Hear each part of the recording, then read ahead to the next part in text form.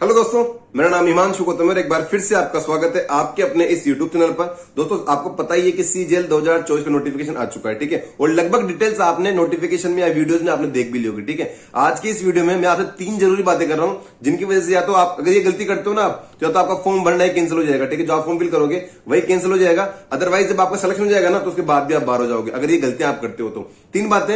एक तो मैं जो अपियरिंग स्टूडेंट है, जो फाइनल ईयर वाले स्टूडेंट हैं, जिनका फाइनल ईयर चल रहा है, उनके बारे में बताऊंगा कि उनको क्या करना है। दूसरा, फोटो के बारे में, ठीक है। अभी CPO में या CHSL में या सिलेक्शन पोस्ट वाले एग्जाम में बहुत सारे लोगों के फोटो की वजह से फॉर्म कैंसिल हुए हैं, ठीक है। तो उसके बारे में बात करेंगे अपन। और तीसरी चीज है डॉक्यूमेंट के बारे में। जो आप SC ST OBC EWS वाले जो लोग होते हैं और इनके जो रिजर्वेशन के कैटेगरी के सर्टिफिकेट होते हैं, उसके बारे में क्या गलती नहीं करनी है, इन तीनों चीजों के बारे में बात करेंगे। तो शुरुआत करते हैं फटाफट से। पहली चीज, जिनका फाइनल ईयर चल रहा है, जो लोग अपियरिंग है, लास्ट ईयर उनका चल रहा है, जिनका लास्ट सेमेस्टर चल रहा है, उनको क्या करना है भाई। देखो, आपके लास्ट सेमेस्टर की, जैसे मान लो आप बीटेक कर रहे हो, 4 साल होते हैं, 8 सेमेस्टर होते हैं, तो 8वें सेमेस्टर का रिजल्ट आपका 1 अगस्त के पहले आ जाना चाहिए।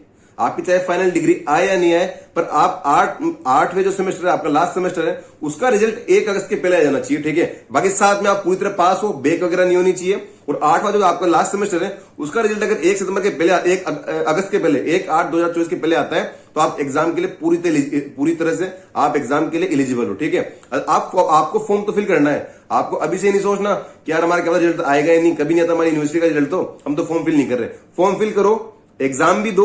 बाकी अगर आपका रिजल्ट फाइनल सेमेस्टर का 1 अगस्त के पहले आ गया, तो आप एलिजिबल हो। अदरवाइज अनुभव तो लो एग्जाम देके, ठीक है। मैंने भी अपना जो पहला एग्जाम था, वो इसलिए फिल किया था कि यार ये वाला एग्जाम तो हम देख लेते हैं। 1 अगस्त के हमारे टाइम पे डेट थी, और 27 जुलाई का 26 जुलाई को मेरा रिजल्ट आ गया था, और 4 दिन की वजह से मैं एलिजिबल हो गया था, सिलेक्शन हो गया था मेरा, ठीक है। तो पहली बात तो ये अपियरिंग वालों के लिए। दूसरी, फोटो के मामले में, यार अभी CPO में, CHSL में अभी जो एग्जाम हुआ रिसेंट में, उनमें खूब जब से इनका लाइव वाला फोटो वाला आया है ना, कि वो लाल कलर का रेक्टेंगल आता है, उसमें अपना फेस करके लाइव फोटो लेना पड़ता है अपने को, ठीक है। उसमें बहुत सारे लोगों की गड़बड़ हो रही है। जब SSC ने एक बार पहले एक PDF निकाली थी, ठीक है, एक उन्होंने नोटिस निकाला था कि इस तरह के फोटो नहीं होने चाहिए। अब कैसे नहीं होने चाहिए? एक तो कलर वाले फोटो, ज्यादा रंग बिरंगे सतरंगी फोटो आ रहा हो, तो वो भी मतलब आपका गलत मानते हैं। दूसरा, बहुत बड़ा फोटो नहीं आ रहा हो, ठीक है। आपके इसमें जो पासपोर्ट साइज फोटो होता है, तो आपका चेहरा बहुत बड़ा नहीं आ रहा हो, ठीक है। तीसरा, कैप टोपी नहीं पहन रखी हो आपने। चौथा, ब्लर फोटो नहीं हो, ठीक है। ब्लर का तो आपको देख के आइडिया होता है कि फोटो ब्लर हो गया नहीं हुआ, ठीक है, वो नहीं होना चाहिए। उल्टा फोटो नहीं होना चाहिए, बिल्कुल सीधा ही फोटो होना चाहिए, एंगल में इधर रोटेट नहीं होना चाहिए। अगला बात, ठीक है, बहुत सारा डार्क फोटो नहीं होना चाहिए कि लाइट सही नहीं थी और डार्क फोटो आ गया। चश्मा नहीं होने चाहिए, बिल्कुल। मेरा दोस्त, मैं आपको क्या बताऊं, सिलेक्टेड लोग भी गलती कर देते हैं। दीपक चौधरी, आपको पता है, मेरा दोस्त था, उसका खुद का एक पहले वाला CGL का जो फॉर्म था, वो चश्मे की वजह से कैंसिल हो चुका है, ठीक है।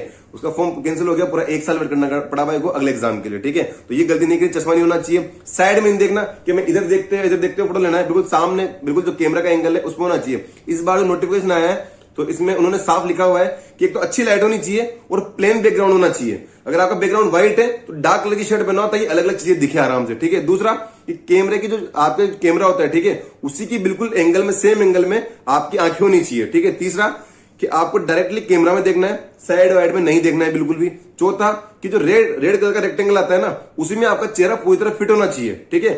चेहरे का कोई भी पार्ट बाहर नहीं होना चाहिए, आंखें खुली हुई होनी चाहिए, मास्क नहीं पहना हुआ आपने, चश्मा नहीं लगाया हुआ आपने, दोनों कान दिखे, आपकी सारी चीजें होती है, ठीक है। और ध्यान रखना पड़ेगा, देखो गरज किसकी है, ऐसी वालों की नहीं, हम लोगों की गरज है कि हम लोगों को जॉब करनी है, हम लोगों को सिलेक्शन लेना है, ठीक है। तो वो जिसे कह रहे हैं वैसे हमको करना ही पड़ेगा, ठीक है।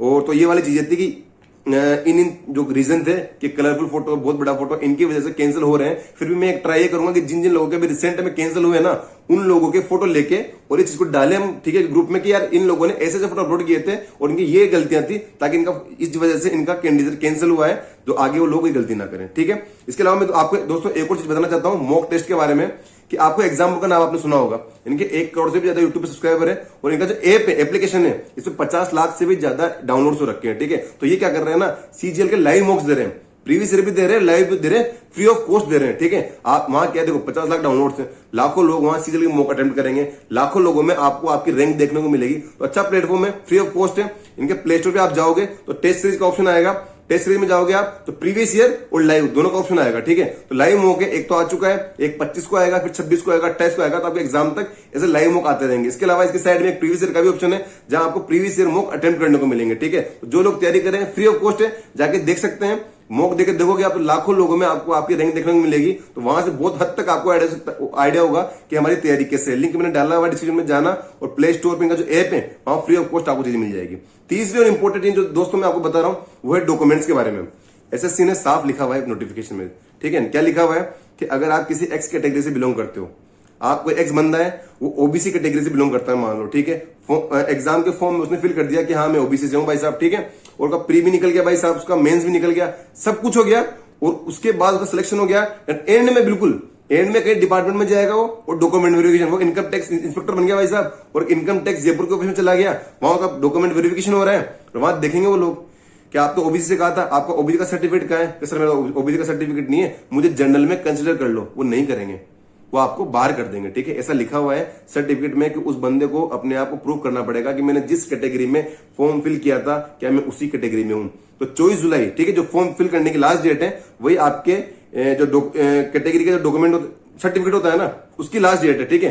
फॉर्मेट इन्होंने अपने नोटिफिकेशन सबसे एंड में डाले हुए हैं। एससी एसटी के, एक्स सर्विसमैन के, जो भी जितने भी फॉर्मेट होते हैं ना, ओबीसी के सारे फॉर्मेट इन्होंने अपने जो नोटिफिकेशन आया है उसके पीछे पीछे सबसे एंड में डाले हुए हैं, जाके देखना और उसी फॉर्मेट में अपने सर्टिफिकेट बनवा लेना 24 जुलाई के पहले। आपसे भी 1 महीने का टाइम, मुझे नहीं लगता कि इंडिया में कोई भी सर्टिफिकेट बनवाने में 1 महीना लगता होगा, ठीक है। तो अभी भी मौका है आप लोगों के पास। आपको लगता है कि आपके जो आपकी कैटेगरी सर्टिफिकेट है आपके पास, ओबीसी का, एससी एसटी का, ईडब्ल्यू का, जो भी सर्टिफिकेट है उसमें कोई गड़बड़ है, गलती हो सकती है, तो पता करो और उसको चेंज करवा लो, अपडेट करवा लो, रिन्यू करवा लो, जो भी करवाना है 24 जुलाई के पहले करवा के फॉर्म फिल कर दो अपना, ठीक है, ताकि गड़बड़ नहीं हो जाए एग्जाम में, आपके कोई इसमें डॉक्यूमेंट में कोई गड़बड़ हो फिर वो आपको जनरल में कंसिडर नहीं करेंगे, आपको सीधा बाहर ही करेंगे, ठीक है। तो ये 3 चीजें इंपॉर्टेंट थी। पहला तो अपीयरिंग लोगों के बारे में कि लोग फॉर्म फिल करें 1 अगस्त के पहले। अगर आपके हाथ में नहीं है चीज, रिजल्ट आना आपके हाथ में नहीं है, आप तो ईमानदारी से पढ़ते रहो। अगर रिजल्ट आ जाएगा तो आप वेल एंड गुड है, ठीक है, एग्जाम देते रहो।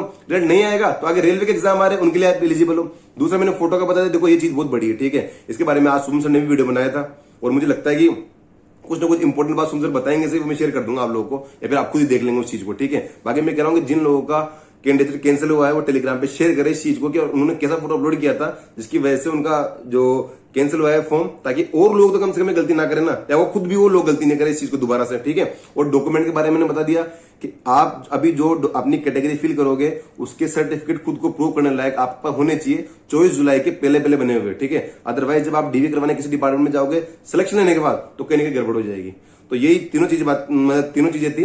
वैकेंसी आ रखी है, 17,000 की वैकेंसी है, तैयारी करते रहो। 2.5-3 महीने का टाइम है। सबसे अच्छी बात क्या है ना, पिछले 2 बार से ऐसा हो रहा है कि सीजीएल 2023 था वो भी 2023 में खत्म हो गया, अब सीजीएल 2024 आया है वो भी 2024 में खत्म हो जाएगा, ठीक है। दिसंबर में आपका मेंस है, आपकी साइड तो दिसंबर में खत्म है ना, पढ़ना तो आपका दिसंबर में खत्म हो जाएगा। उसके बाद रिजल्ट आता रहेगा, आंसर की आती रहेगी, पोस्ट प्रेफरेंस फॉर्म आते रहेंगे, वो बात की बातें। पढ़ना तो आपका 2024 में बंद हो जाएगा जब आपके अच्छे नंबर आ जाएंगे, ठीक है। तो गुड लक आप सभी को। तीनों चीजों के बारे में ध्यान रखना। फोटो के मामले में मैं एक बार फिर से टेलीग्राम में जो भी मिलेगा मैं टेलीग्राम पे शेयर कर दूंगा।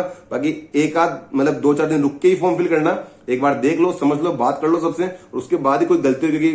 मुझे लगता है कि सोम सर भी सही से एक बार मुझे लगता है पूरा वीडियो डाल देंगे वो, कि जहां फॉर्म फिल करने में क्या क्या गलतियां नहीं करनी है, वो छोटी छोटी और जो बारीकियां होते हैं वो शेयर करेंगे, ठीक है। उसके बाद सारी चीजें देख के समझ के 2-4 दिन लो आराम से। आज 24 तारीख है, 29-30 तक आप फॉर्म फिल कराओ। आप ज्यादा एंड में नहीं करना कि 15 जुलाई 20 जुलाई का फॉर्म कर रहे हो आप, ठीक है, क्योंकि साइड में गड़बड़ हो जाती है, आपको पता है। तो आपको 1-2 वीक में भरना है, पर कम से कम 5 दिन रुकने के बाद फॉर्म फिल करना आप, ठीक है। Thank you so much.